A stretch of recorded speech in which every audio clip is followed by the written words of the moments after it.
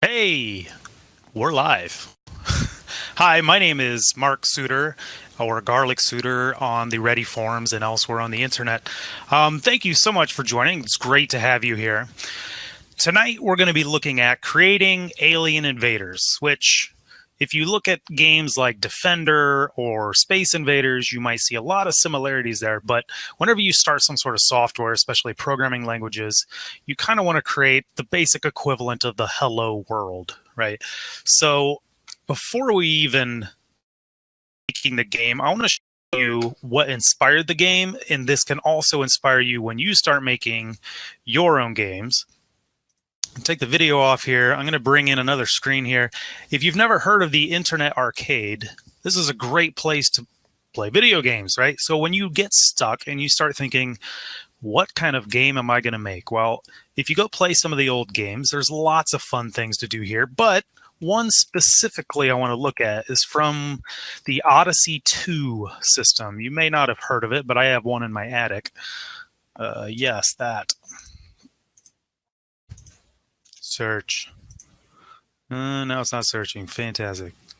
Oh, yeah, it is. Okay. So in this game, you are a little triangle and you're trying to get past these evil snakes or crabs. I'm not quite sure what they are. Well, that's not loading very fast. I'll bring that back in a little bit. Let's take a look at the Ready interface. If you're new to this, what you're looking at, we have the play button to play the game. This is to add objects, which is where we're going to add our player and our background. This is where all the events take place. So when this condition, do these things, which you may recognize as something like an if statement. So when you get into Ready, and then when you're ready to graduate into what the professionals would use, you could go straight into Unity and already have that computational thinking is what they would call it, but that's a boring term. Hey, look at this. It finally loaded up. So here's the game. You can actually play these games right in your browser, which I'm going to leave the sound. Oh, no, we'll turn that on. Hopefully it doesn't blow your eardrums. That's what the system looks like when you play it. And there it is, right?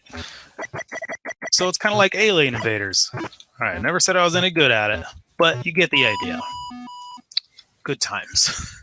Reminds me of my childhood. So let's go ahead and get started making our Alien Invaders game. Now, whenever I start making a game, I like it to feel like a game pretty early on. So the first thing I'm going to bring in is actually the background. All the assets we're going to use for this, we'll start with AI underscore for Alien Invaders. And so there's our little background. And now let's get our player in there, which would be under artwork. Again, AI underscore. And there's our our Tesla car. It's in space, yeah. So now the next part of the interface is when you click on an object, you'll see these new menu items pop up over here. We'll go through these and actually use these a little bit. So appearance, that's going to be like the name of the object, the size, its location in the scene, its rotation. In this case, we don't need things to be solid because in the events, we're going to tell it when this collides with something like the enemy fire, then something should happen. So we don't need it to physically bounce off of things. So most of these, actually all these things are going to be not solid. And we do want to show an event manager. That's what allows us to use it in the code part. And one thing that gets often overlooked is the collider. Now, when this game is running, let's say you're running at 60 frames per second, right? FPS. If you leave it on polygon, it's literally checking every little corner of this car to see if it hits something, which won't really bother the computer when you're running on a 1080 Ti graphics card. But what if you're making a game for Android or the iPhone? Well, in that case, you want something that is not as computationally expensive. In other words, don't make the computer work so hard, right? The iPhone and Android phones, those are little computers. They're just not as powerful. So don't make it work as hard, because when you go on later and you can export this right into Unity and then export from there right into an app. I've done it. I have one on my phone that I made and exported and put it right onto my Android Galaxy phone. So you want to consider that audience as you're building. All right, we're not going to be using physics in this game. That'd be more for, like bouncing around or jumping, like Super Mario Brothers type thing. We are going to be using behaviors, though. So a behavior is basically a pre-built action. So in this case, we don't want to say, well, when I hit the D key, it should go to the right. When I hit A, go to the left. There's actually a pre-built control pad here. So we can just push and drag that in here. You'll notice all these motions are basically push and hold and move it in there. And that's because you could be developing on your phone, your tablet, or your computer. It's all going to work the same. So it's a very pleasant experience developing on mobile, which is different. A lot of apps don't really work that well mobile, but this one does. So the movement, I only want him to be able to go left and right. If you noticed in the Alien Invaders game, I could only go left and right. And the speed 2.5 is fine. And just to show you what this looks like, now we're going to hit the triangle, the play button, right? And I can move back and forth. You'll notice this little joystick here. That is what the mobile user, they'd put their thumb on there. So you could make this for a mobile device or for PC. It's going to work well on both, or Chromebook. One other thing we want to do, I don't know if you noticed, but I could go completely off the screen. Yeah, that's bad. Okay. It's one of the things that you may not think about when you're playing a game, but when you're making it, you need to think about that, because the player's just going to run right off the screen and probably blame the developer. Say, well, why'd you let me go off the screen?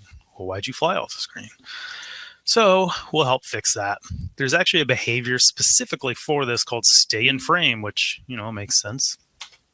When we get to the edge, we just want it to stop.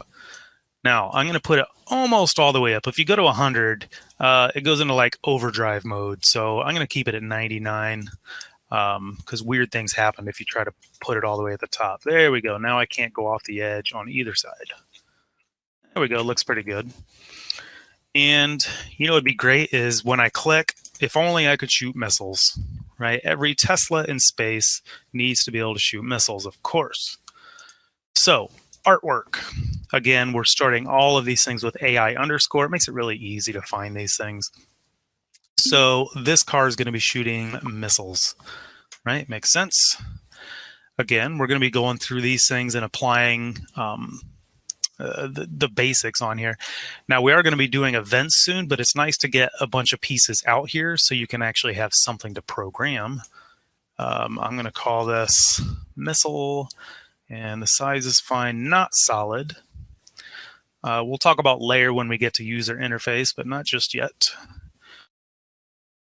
I do need to show this in the events. And again, that collider, it's important. So I'm going to use a box collider, circle or box collider. Either one of those is good. Just probably don't want to use the polygon collider. It doesn't have to be that detailed. Okay. Now, what behavior would you guess we need for the missile to move upwards? Well, we'll clear our search out. And bullet behaviors to make something move in one direction at a given speed. Well, sounds good to me. All right, makes sense. And I'm going to have this thing going at about 4. Now, what we're doing is basically rapid prototyping. So if you do it like exactly 4 or a little under, a little over, it doesn't matter. Okay, like I teach computer science and game design, and when I have them make games, I emphasize speed first. Once you get the game working well, then you can worry more about the graphics and things like that. Well, you have the graphics here, but still go for speed. Gray box everything, which means just use whatever graphics you have and build it. Make it fast, and Ready's great for that. So we have that. Oh, if I don't change this, well, let's see what happens. Yeah, exactly what we told it to do. So you could probably figure out what we need to change there, but sometimes it's fun just to test it out and see what happens, right? Now we're going to have, an effect on this, because when this missile hits a monster, I want an explosion. So when you get into Unity, you'll start to play around with particle effects. Well, there's a bunch of pre-built effects that use the Unity engine. And so we're going to use one of these explosion effects, right? Got the little bomb there. I'm going to leave these on while I'm setting it up, but after we're done, we'll turn those off. And I'm pretty sure I'm going to use the Nova explosion. Whoa! Okay, a little large. I'm going to shrink that down a little bit. There we go. Now, do I want it active as soon as the missile is created? No.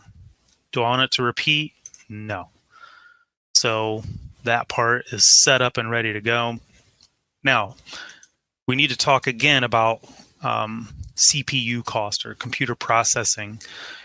Right after I save, right after these messages, I always get on my students' case about saving their game, so make sure you save. You never know when the power is going to go out or something. Hit save. And wait till that little spinny thing is done spinning, and this thing does a little bubble pop thing. There you go. Now we're ready to go. Okay, so computational processing. Let me zoom way out just for a second. So when you shoot a missile, that missile is going to go up and it's going to keep going. Now the player won't see it beyond the edge of this background here. However, that missile is going to keep going and going and going and going, and it won't ever stop. Right? Just because we don't see it doesn't mean it's not doing something. And the problem is it's still tracking the XY value of that, its speed.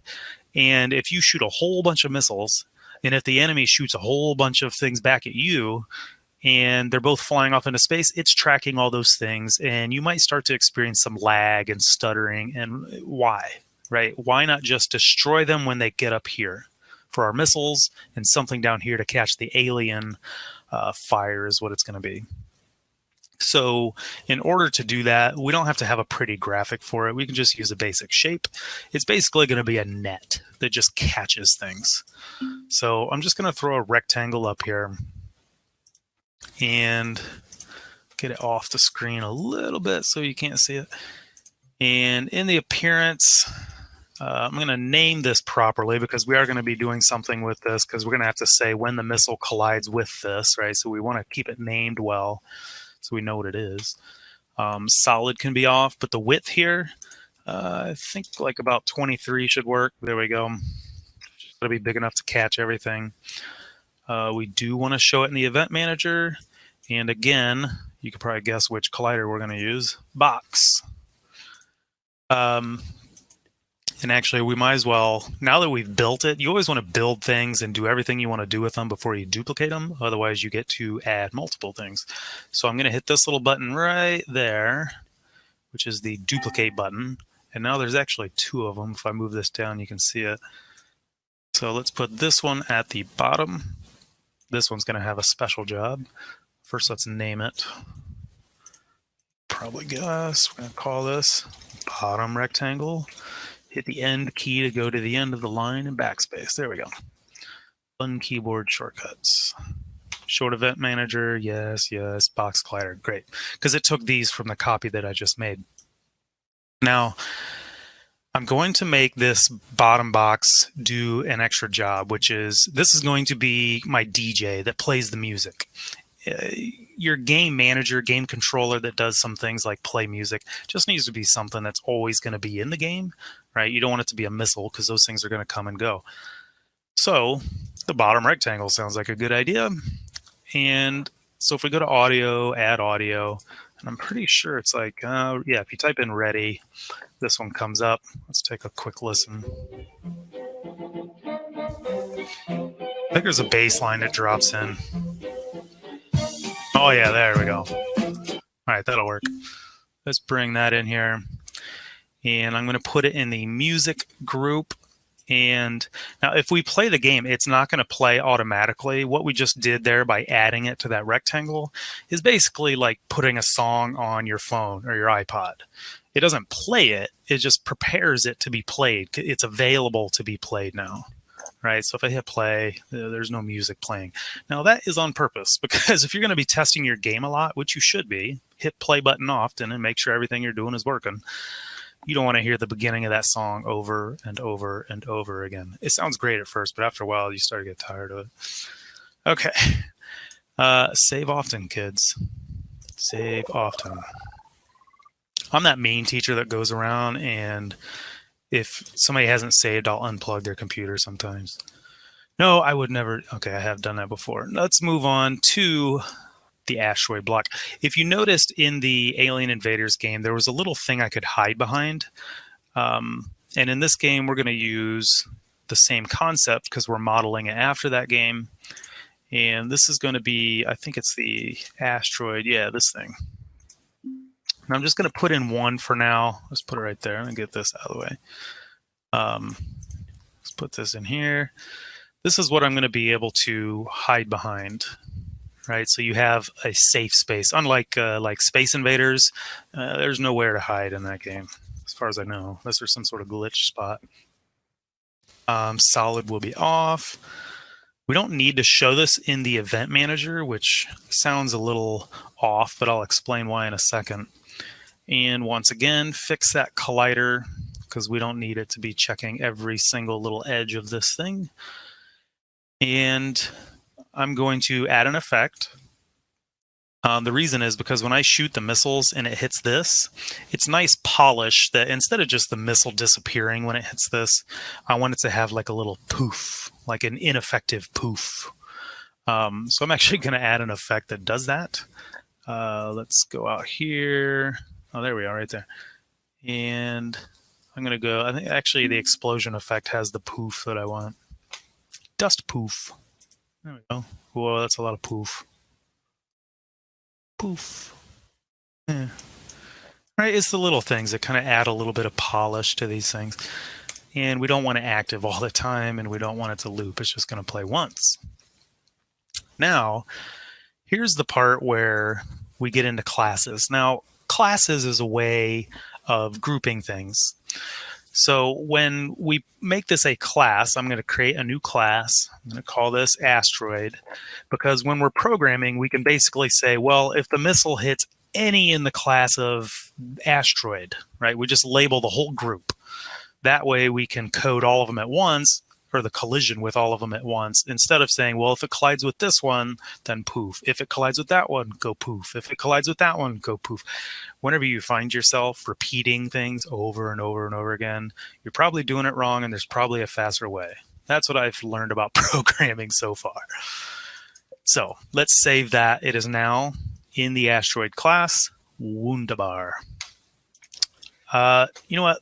Let's start an event. Event number one, you do want to name these, by the way, because if you don't, once you have a whole bunch of these, you're going to be clicking on all of them, wondering what's inside of each one, because you can collapse these. And so you definitely want to name them. I kind of learned that the hard way after I built a whole bunch of things. So when should you be able to shoot? Well, whenever you start, before you start clicking around in there, I like to think in my head, what should cause what to happen? Well, when I click on the screen or touch the screen on a mobile device, then my guy should create or clone a missile. Okay, so that's what we're looking for. When, and you would think it'd be player, but actually the thing that senses the touch or the click is anywhere, and so it's actually a system part. And there's clicked. I'm going to use touchdown, which is effectively a click or a touch on a mobile device. So when it senses that or sees that happen, this player should clone an object missile. Let's check this out. Very nice. Right? Okay. We see several problems. One, I can shoot right through there. Two, if I move this down real quick, this is a great way to test, by the way. If you don't know what it's doing, bring it into the scene so you can actually see it, right?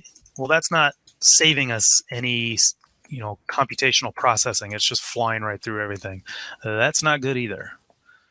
So, and also, I don't know if you noticed in the Alien Invaders, you could only shoot one missile at a time. So when I would hit this, I could shoot fast because it would go poof, poof, poof, and let me keep shooting. But then if you went over here, you had to wait for it to hit something before you could shoot again. Well, that tells us that you should have 0 active missiles for you to be able to create the next one. So anytime you're going to be tracking a number like that, you're probably going to need a variable. So let's go ahead and add a couple of variables. The first one, if you click on that, click on game, click new variable. So what's a variable? I like to think of it as a box, like a cardboard box. You can put whatever you want in there. In fact, what's inside of that can vary, right? It varies from box to box what is inside of there. It could be missiles count, right? In other words, how many missiles the game thinks there are, how many the player thinks there are. And it could be all different types, right? There's even more types of variables. And when you get into Unity, right, it could be a word, right, which is called a string, or any number of other things. So we want to count how many missiles there are, and that is going to change. So we can save that as a variable. And since we're doing my guy has to count how many missiles he can shoot, the enemy has the same thing. So we're also going to make a fires count, which again is going to be type number, and it will start at 0. Now, the reason it starts at 0 is, as far as the player is concerned, this missile doesn't exist, right? It's going to be off to here. I'm going to move it over here once we're ready to go. But for right now, I'm just going to leave it here so we can test whether it's colliding with things. So we have a variable. How do we prevent the player from shooting too fast, right? So at the beginning, there is 0, and I would say, okay, you can shoot when that is true. Well, let's look at our event. Right now, it's saying you can clone a missile whenever you touch the screen or click. Well, not only should that happen, but something else has to happen too. So when you click, basically, and that you have to have 0 missiles, right? So the variable missiles count must be equal to 0. So now he's only going to create that missile when the missiles count as 0. Then he's going to create the missile. Now, if you're really paying attention, what's going to happen? Let's check it out real quick. Oh man, it's not working. What happened? Well, if you're thinking along with this, you think, okay, he can only create it when it's equal to 0. Well, it is equal to 0 because I set the variable to that. He creates a missile. Well, is this still 0? Yes, so he creates another missile. So the problem is, after you create a missile, this is still 0. So what we need to do is say, not only should you create a missile, but you really need to tell the variable that it has, or it should change. So the variable missile count, I'm going to add 1 to it. So now I should only be able to shoot the 1 bullet. That one goes away, but we're at 0.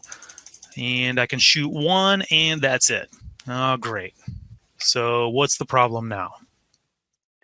Right? I created it. I changed it to 1. I can't shoot anymore because the variable missiles count is never actually turned back to 0 that I need to create the next missile. Okay, so when should that turn back into a 0? Well, with what we have so far, basically whenever it hits what? Whenever it hits this thing, the top rectangle, or whenever it hits this thing, right? The missile should go away, the variable should go back to 0, and I should be able to create another missile. Okay, that would be another event. Time to create our next event. I'm going to collapse this one so I don't have to scroll so far and add a new event. Now, I'm going to name these very descriptively so I don't screw it up. Rectangles. So it could hit the asteroid, or it could also hit the top rectangle. So when any of the missiles, how do I say that? I don't want to say when that one missile, because it's only going to check that one and only the original missile. I really wanted to check any of the missiles. Well, guess what? We need to put the missile into a missiles class because we have an asteroid class, but we want to be able to check all of the missiles. So we go to our missile and say, okay, you also need to be in a class, a group that we can address in code. So I'm going to call this missiles. Now it's in that class. And you can see the change here is, look at that. Now I don't have to just talk about this one. I can say, okay, when any of these senses it collided with what? Well, one thing it might collide with is the top rectangle. Or what else could it collide with? Or any of the missiles senses it collided with. Do we want to say one asteroid or just any of the asteroids? Well, we want to say any of the asteroids, so we're going to use this. So when it hits the top rectangle, or when the missile hits the asteroid, well, what should happen? Well, for one, remember the asteroid has that little poof effect. I'd kind of like it to go poof. So the affected object from class asteroid, yeah, it has an effect, and this shows up because we added that effect. It wouldn't be here otherwise. And we want it to run that effect once. Okay, what else do we want to happen? Right, we can do lots of things. We can make it a whole list of things happen here. Well, remember what what enables us to shoot is when the variable missiles count is 0. Well, if you hit something, shouldn't that go back to 0?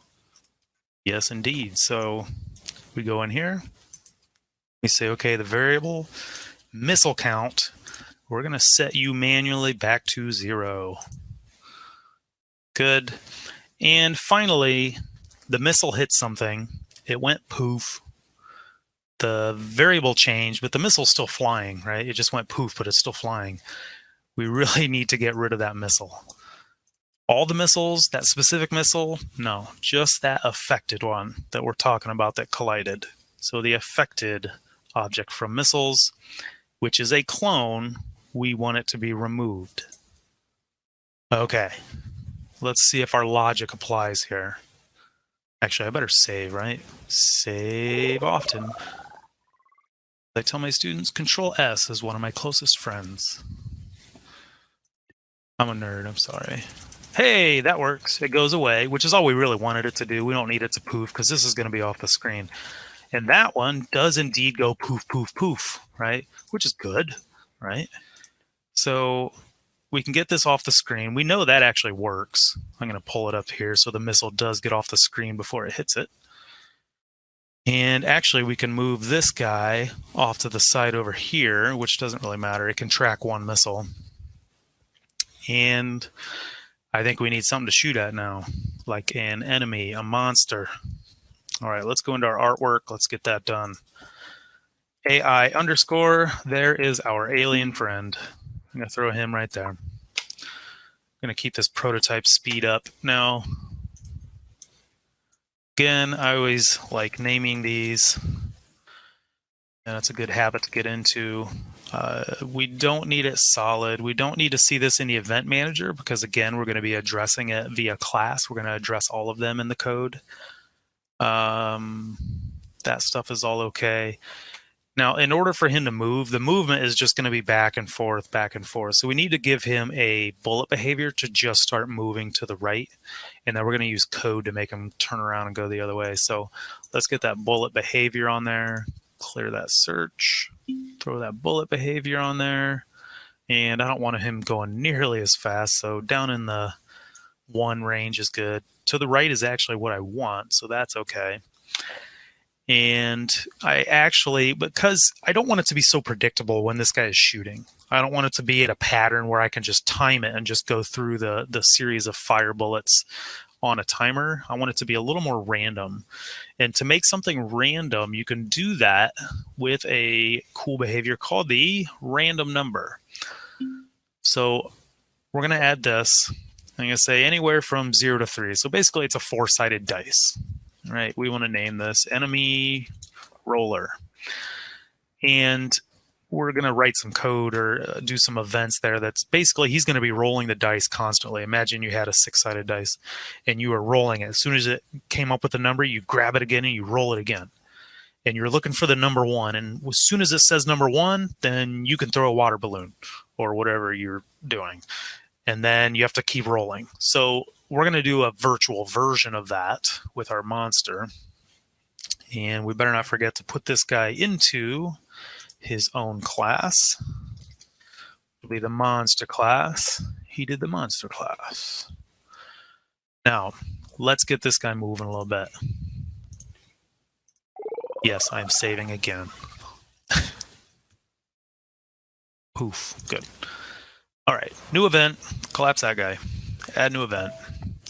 This is going to be the monster move cycle.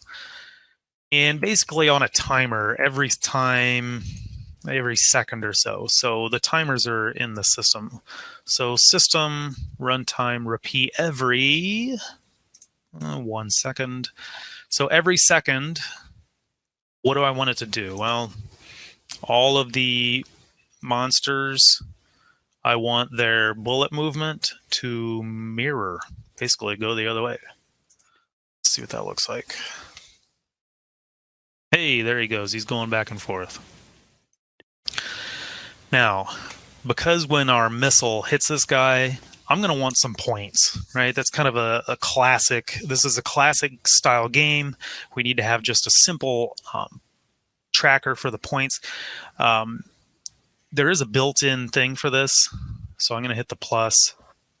And if we go into interface and text, there's a whole bunch of built-in things. You can actually hook up an Arduino, which is amazing. But right now, we're just going to do a basic score label. So I'm going to drag this and just throw this in here. It's a little tiny one right there. So let's click on him and make that a little more readable, right? So this is score label. That's actually okay. Solid. I don't want it solid. Things will be running into it. Now layer. This one is unique. I want this on the user interface. Now it's going to look like it moves.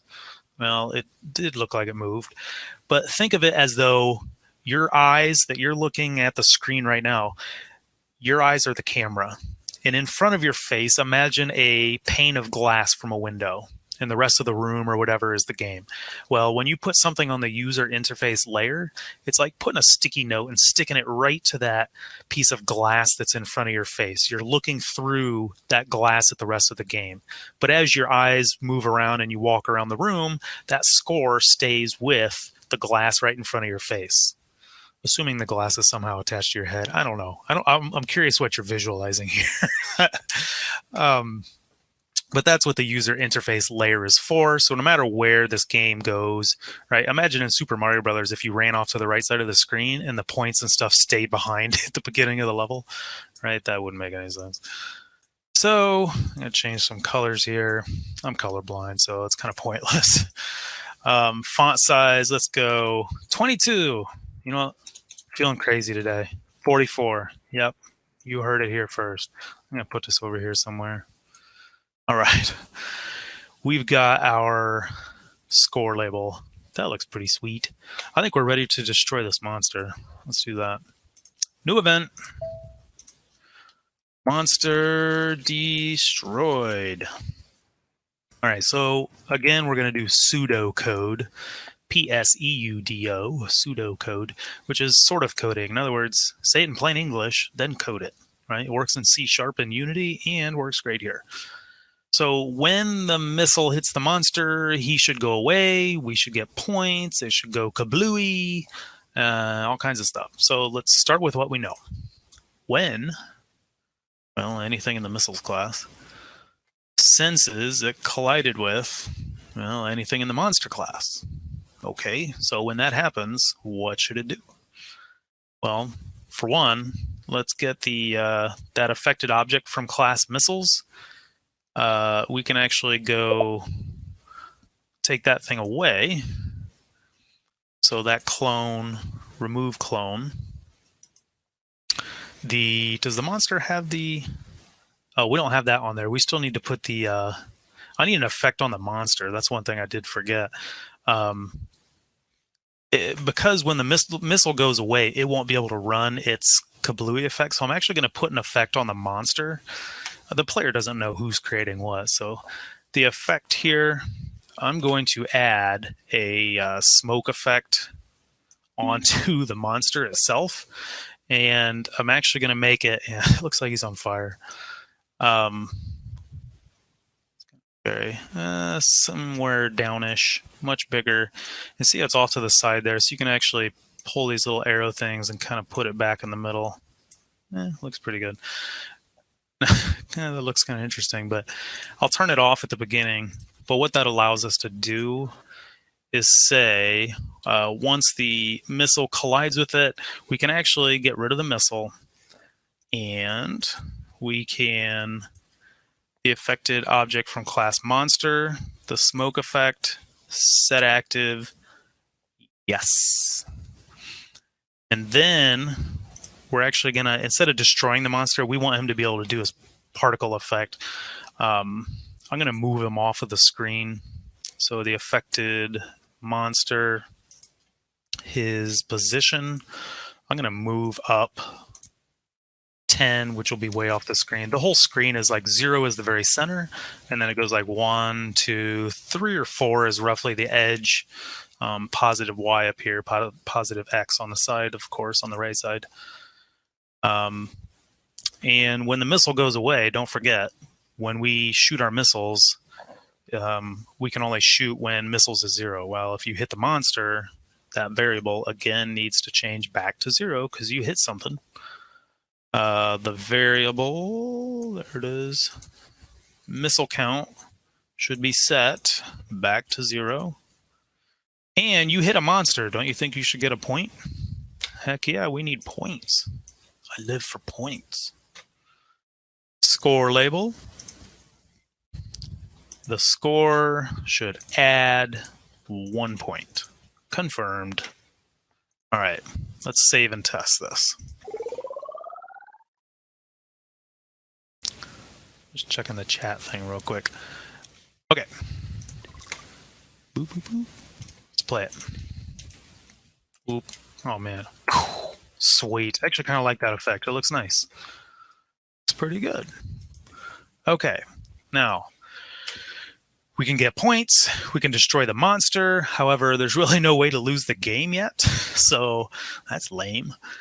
We need some way to lose the game to make it actually a challenge, right? So we're going to give the enemy something to shoot. So under artwork, we're going to go to AI underscore again, get this alien fire thing. I'm going to throw this one out here for now, and then when I'm done, I can move it off to the side there. Better select it so we get our menus over here. In the appearance, I always name things. Alien, fire. We do not want it solid. We do want to show it in the events because it's going to be cloning that, and you have to have one thing to reference when you clone. That is okay. Oh yeah, the collider. Again, you really don't want the polygon collider. It's kind of circular. Let's go with circle collider. And then behavior. Well, if I play the game right now, and you can tell what you're missing, right? That's why you want to play often. Move that down just a little. So, again, what behavior are we going to use? The bullet behavior. And we want it going in the direction of down. And not quite that fast. Maybe, I don't know, somewhere in the 3 range. Hey, look, I got right on it. Okay.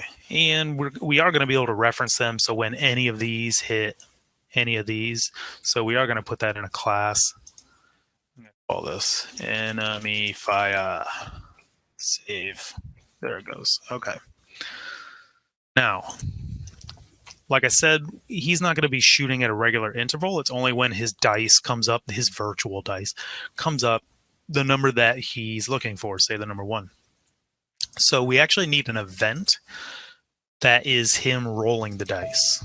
So I'm going to call this enemy roller rolls. Keep rolling, rolling. When, well, we want it to basically keep repeating that dice roll all the time so he always has a chance to shoot. So remember that timing thing was under the system. Runtime, repeat every, and I'm going to go every quarter second. Now, if you make this a higher number, let's say you make it 2 seconds, he only has a chance to get a winning dice roll every 2 seconds. So he's going to shoot much slower. Putting this at a quarter second means he's got 4 times per second that he might win and be able to shoot. So that's a number that we could modify later. If he's shooting too fast or too slow, we can come back and change that number right there. Or the side, how many sides of the dice there are too. What should happen every quarter second? Well, all the monsters get to roll their dice. So all the monster enemy rollers generate random number. Cool. So they're rolling the dice constantly. But What happens when the dice comes up in the thing that it wants? Well, that's a new event. Enemy shoots.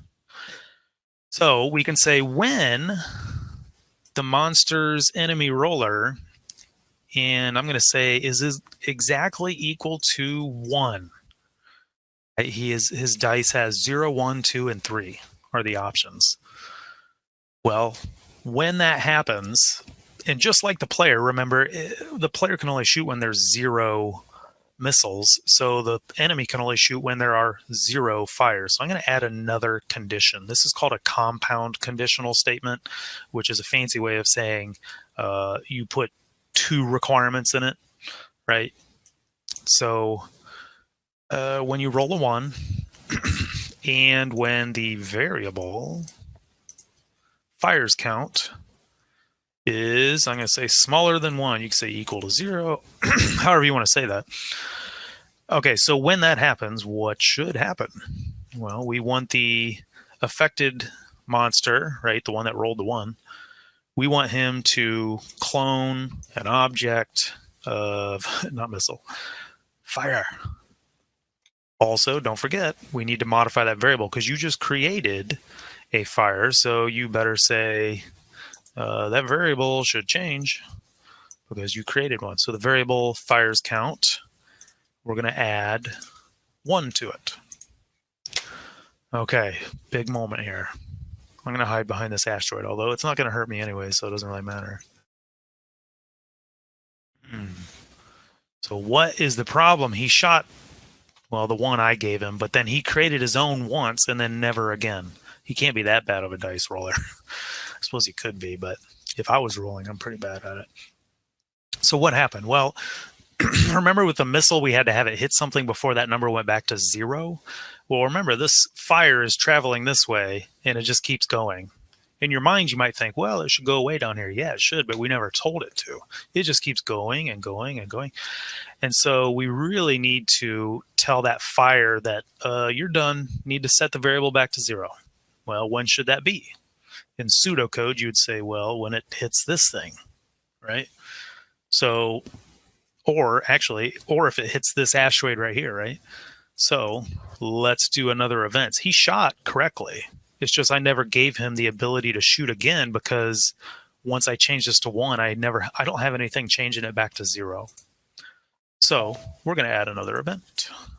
And I'm going to call this the fire expires. All right, so all things in the enemy fire class. When you sense you collided with the bottom rectangle, or remember, it could also collide with the asteroid. So I'm going to say, does it have to collide with both? This is dangerous. This is where some mistakes get made.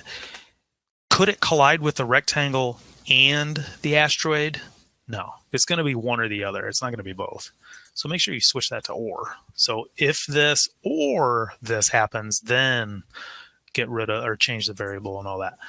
So we'll say or the fire senses collision with basically any of the asteroids, right? Okay, what should it do? Well, we need to get rid of, you know what, I'm thinking ahead here a little bit.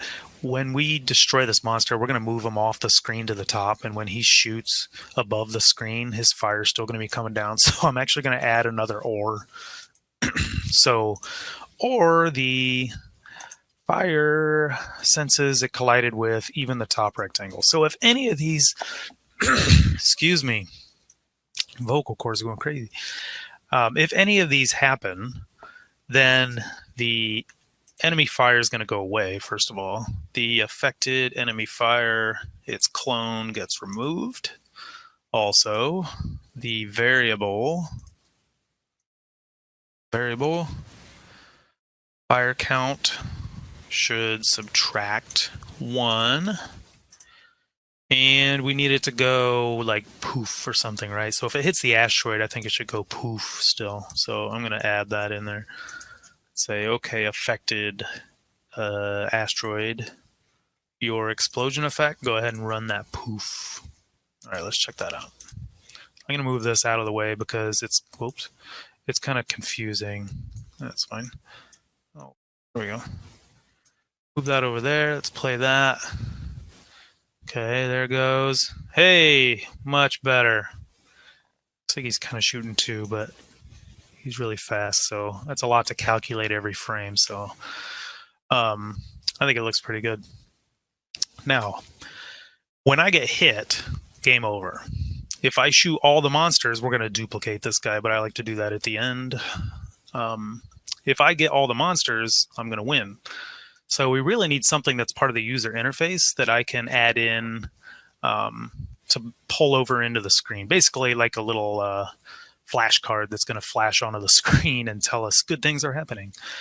So in the artwork, I'm going to go to AI underscore. There's a you lose, you won. I'm going to bring this in here, bring the you won in here. And I'm going to go to the interface and bring in a button. So you can click it and play again. Now, these are part of the user interface, or they should be. So each one of these, I'm going to put on that layer. I don't want them to be solid. I do want to show them, but the layer here is important. User interface. Again, it looks like it moved, but it's like we took a sticky note off of the room, off of being in the room, and just put it on the glass in front of the camera, right? So that one, solid off, layer, user interface, get out of the way, get that one off the side. Button, all this. Play again, button, solid off. Excuse me. Show an event manager on. I'm going to make this a little more colorful. Oh, lovely. Text. I'll make that say play again. Okay, we've got all the pieces now. Now, have that show an event. Yeah, okay. I feel like I haven't saved in a while. Gives me anxiety if I don't save often. Just feels like I'm living on the edge. Crazy guy. Okay, so when should I lose? Well, when you get hit by the fire, basically. So that would definitely be a new event. I'm going to add a new event and say fire hits, bother me, hits player. So all in class fire, when it senses it collided with the player, well, the you lose thing should come onto the screen, right? The you lose, we're going to set its position. So position, set position. And the middle of the screen, left and right, would be 0. The y-axis, I want it just above the middle, so I'm going to do like 0.4. So if the middle's here, I want it like, I don't know, somewhere up in there. And so we got the you lose in the way. And we also got to get that play button in there. So I'm going to say where's that button? Oh, there it is. The play button, position, again, set the position in the middle, except this time I'm going to go negative 0.2 to go down below the middle of the screen vertically. What else should happen? Well, we want to get the player off the screen. So in this case, I'm actually going to let him off the screen. Remember, he has a behavior, though, the stay in frame behavior. You remember that thing? Right there, stay in frame. That's not going to let him get off the screen. So we can actually turn those behaviors on and off. So I'm going to do that, and then I'm going to move them way off the screen. So let's say player, your stay in frame behavior, about that. Set active, nope. Because when that's not active, I can say, okay, player position, set position. I'm going to move you way out of here, like negative 10 and negative 10. Like way left, way down, right? Thinking back to math class, pretty sure that's what that means. Let's see if that works. Save often, save often, save often. Okay. Oh, hey, it worked, right? I'm clicking around, it's not happening. I can click play again, and oh man, nothing happens. Well, of course not. We didn't tell it to happen, right? So when you play video games, you think things should happen, and when you click them, they happen. Well, guess what? Somebody coded that. Somebody had to learn to code that. So we need to do that. That play button does nothing. Let's fix that. Play again, restarts game or something. So when the play again button senses touchdown, like it got clicked, basically the system should restart, right? Like restart the scene, which is going to basically restart the game. All right, I have faith that's going to work, so I'm going to move on to the next event, which is, right, when we win. Well, how do we win this game? Well, I'm going to have 3 or 4 of these guys. Let's say 4. So how do you track how many you've killed? Well, each time you kill one, you actually get a point. So we could just say, well, once you have 4 points, you win. That's an easy way to keep track of it. You're already getting points. So let's go ahead and do that. And then all we have to do is duplicate our guy, and we'll have a way to end the game. So when, and what are we checking? We're not checking anything with the monster. It's the destroying of the monster that generates points. We just need to look at the points. So we can say when the score label is equal to, I'm going to make 4 of them, so I'm going to say 4. Then, well, same thing as when we lose, except it's going to say you win or you won. So you won, position, set position. Again, I'm going to go with that 0 and 0.4, so it's consistent.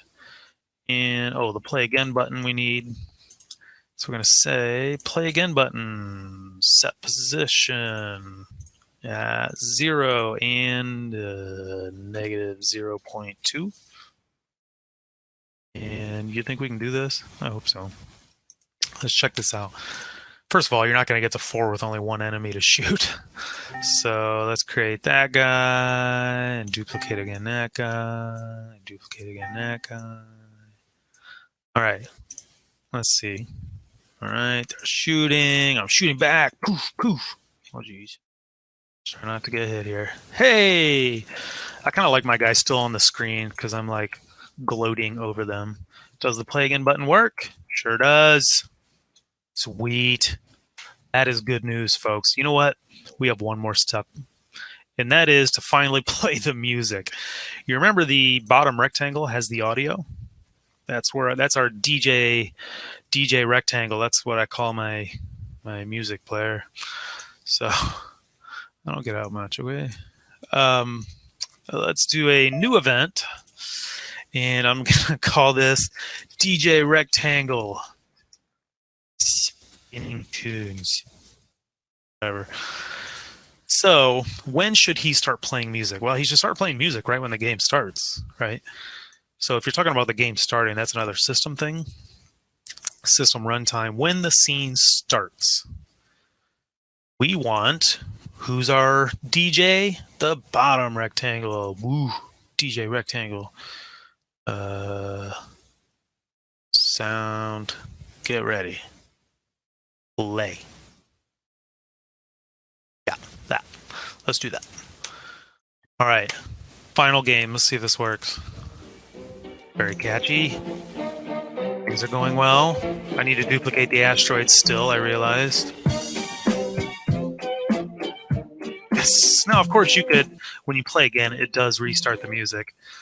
And I'm going to put some of these things in here. You know what? We actually have a workable game. I would call this a game engine, which basically means you have all the pieces. Oops, I keep missing this button.